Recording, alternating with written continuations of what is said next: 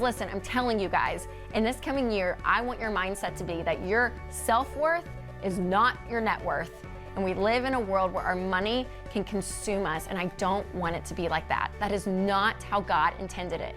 Money is a tool to create a life that you love, to create a life that you feel like God is calling you to, and to change your life, to change your family, and to change others. So for 2021, I want this to be the year where you say, I'm done with my bad money habits. I'm done being sick and stressed over my money. I am going to take control of my money versus my money controlling me. Well, 2020 was a pretty wild year. And for a lot of people, they realized, wow, I really want to get in control of my money. Because the stress and the fear that money causes, that is not God's plan. And some people found I cannot do what God wants me to do because of my financial situation. So what I pray for you is in 2021 that you have a totally new look at how you view money. You have to realize that money is 80% behavior.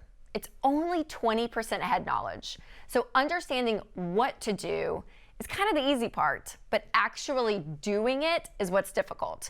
So in my new book, Know Yourself, Know Your Money, I went back over the last decade of my job to say, okay, I've been talking about the how-tos of money, how to budget, how to get out of debt, how to invest, how to save, how to give. But if we don't start looking at the why we handle money the way we do, we really can never change our money habits. And we're all wired differently when it comes to money, and we all have different money tendencies.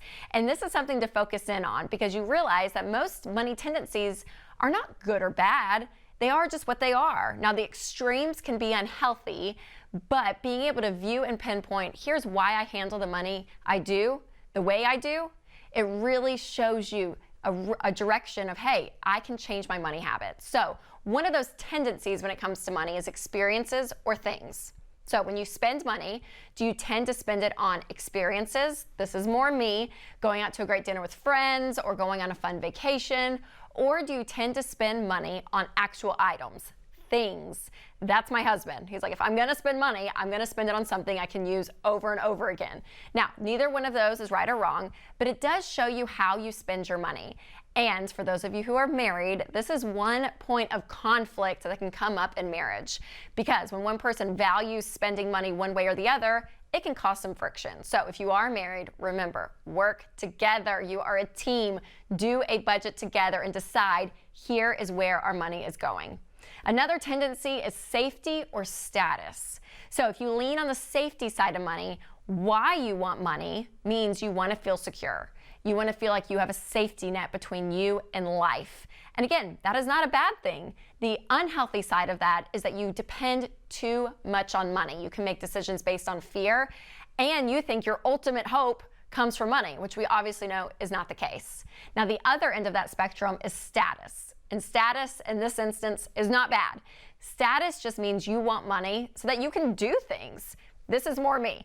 I'm like, I will budget, I will save, I will do wise things with my money so that I can have fun and so that I can give, so that I can do things.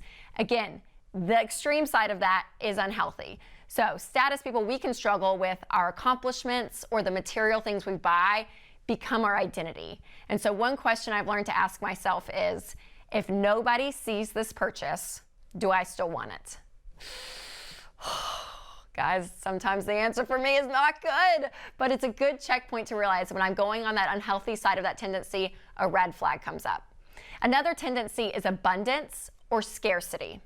Abundance-minded people obviously see the glass half full. Oh yeah, there's always more opportunity. There's always more options.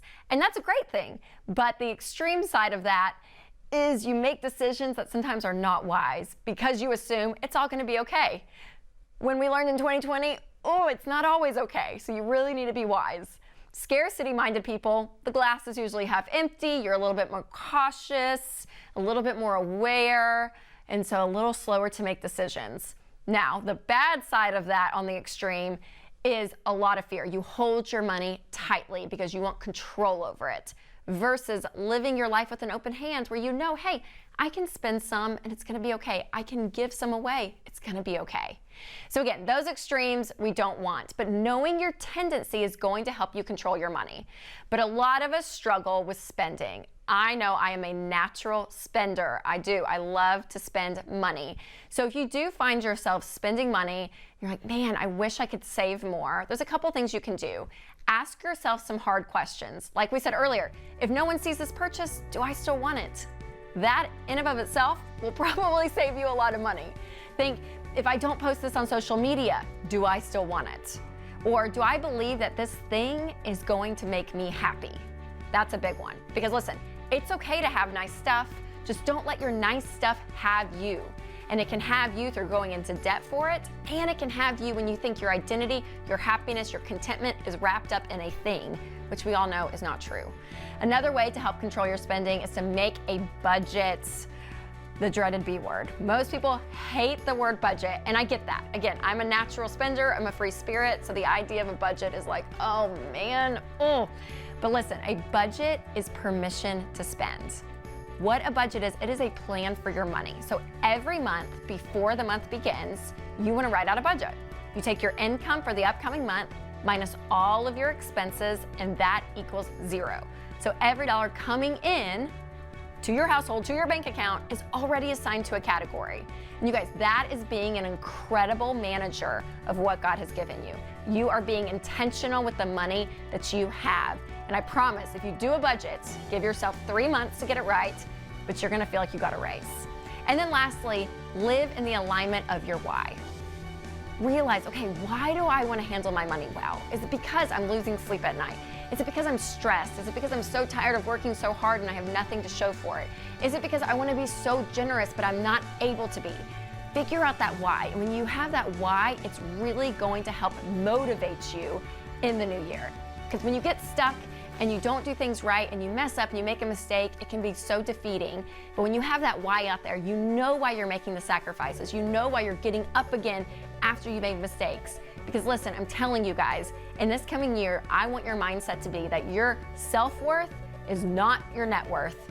And we live in a world where our money can consume us, and I don't want it to be like that. That is not how God intended it. Money is a tool to create a life that you love, to create a life that you feel like God is calling you to, and to change your life, to change your family, and to change others. So for 2021, I want this to be the year where you say, I'm done with my bad money habits. I'm done being sick and stressed over my money. I am going to take control of my money versus my money controlling me, and I'm going to manage what God has given me extremely well.